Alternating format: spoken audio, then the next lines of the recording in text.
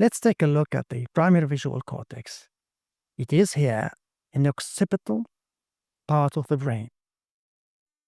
We have here the so-called calacrine fissure. This is the primary visual cortex. Here is the secondary and large association areas.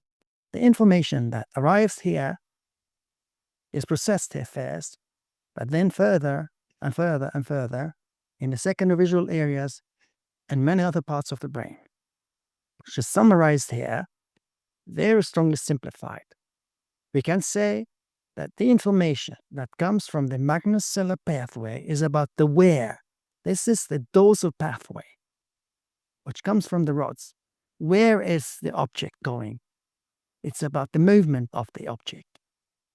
The parvocellular system, which comes from cones, which is the ventral pathway here, tells us information about the object. What is this object? What type of object is this? This is information that we process here in the ventral system. Now we will delve into the details of the visual pathway, step by step. For this, you need to know the following information. This is the visual field, left and right. We can divide it in two parts. First, the temporal part is here, whereas the nasal part is here. Then, the temporal visual field, the information that comes from the temporal visual field arrives in the nasal retina, whereas the information that comes from the nasal visual field arrives at the temporal retina. I have here the notes for you. For each retina, the temporal side of the visual field is seen by the nasal side of the retina, and the reverse is true for the nasal side of the visual field, which is seen by the temporal side of the retina. Next, the nasal information from each retina processed to the contralateral side, while the temporal remains ipsilateral, same side. Next, we discuss that the visual field has a temporal and a nasal side, but we also have the upper and the lower fields of the visual field and the middle part. So upper visual field, middle of the visual field, lower visual field. In green is the lower, in blue is the upper, and in red is the middle. You can see that the upper visual field goes to the lower part of the retina, whereas the lower visual field goes to the upper part of the retina. And finally, the middle of the visual field goes straight to the fovea. In summary, we see the object in the retina upside down. Another note, which may be of some relevance, is the following. Here, the Meyer loop. The Meyer loop gets the information you see here from the lower retina. See here again, upper visual field takes information to the lower part of the retina, and this is information which is processed here by the Meyer loop. Finally, here we have the visual cortex, and here is the fovea in the asterisk. You see, highly represented, because here we have the site of the sharpest vision in the retina. This is where we need most of the information. Now let's discuss some lesions of the optic pathway. Remember, the information coming from the temporal field arrives at the nasal retina, whereas the information coming from the nasal visual field arrives at the temporal retina. So now we'll start with example 1. We cut the optic nerve in the left eye.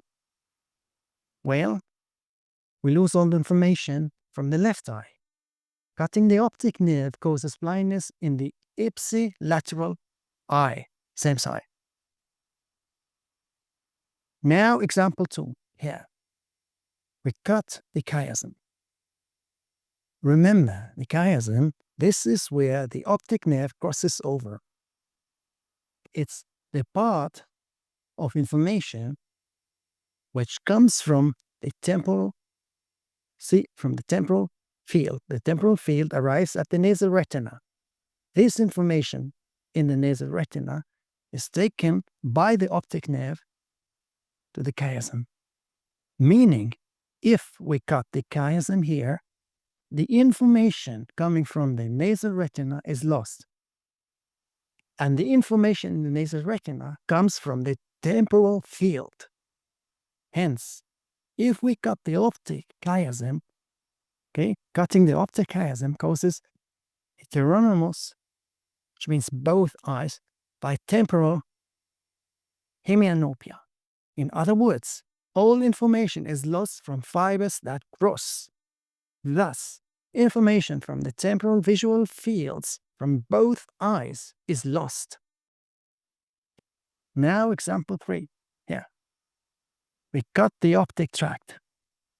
Remember, here we have the optic chiasm, and here comes the optic tract. The optic tract has information from the temporal retina. But the information in the temporal retina comes from the nasal visual field. So, if we cut the optic tract, we lose information coming from the nasal visual field. So, what you can see here, optic tract, cutting the optic tract causes homonymous contralateral hemianopia. Here you see again, the nasal field takes information to the temporal retina. And this information from the temporal retina goes to the optic tract gradually. If we cut it, we lose this information. Example 4 is cutting here, geniculo-calcarein tract.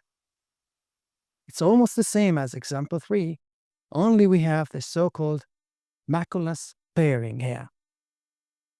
Cutting this region here causes homonymous contralateral hemianopia with macular sparing. There are some theories that try to explain what we observe here referred to as macular sparing. I have some notes here for you. The reason for macular sparing remains not fully understood. The explanation for macular sparing seems to be as follows. It may be due to double vascular supply of the macula and to the fact that most cortical lesions are not large enough to affect whole extensive cortical areas representing the macula, thus leaving some of the area unaffected. I hope this was helpful.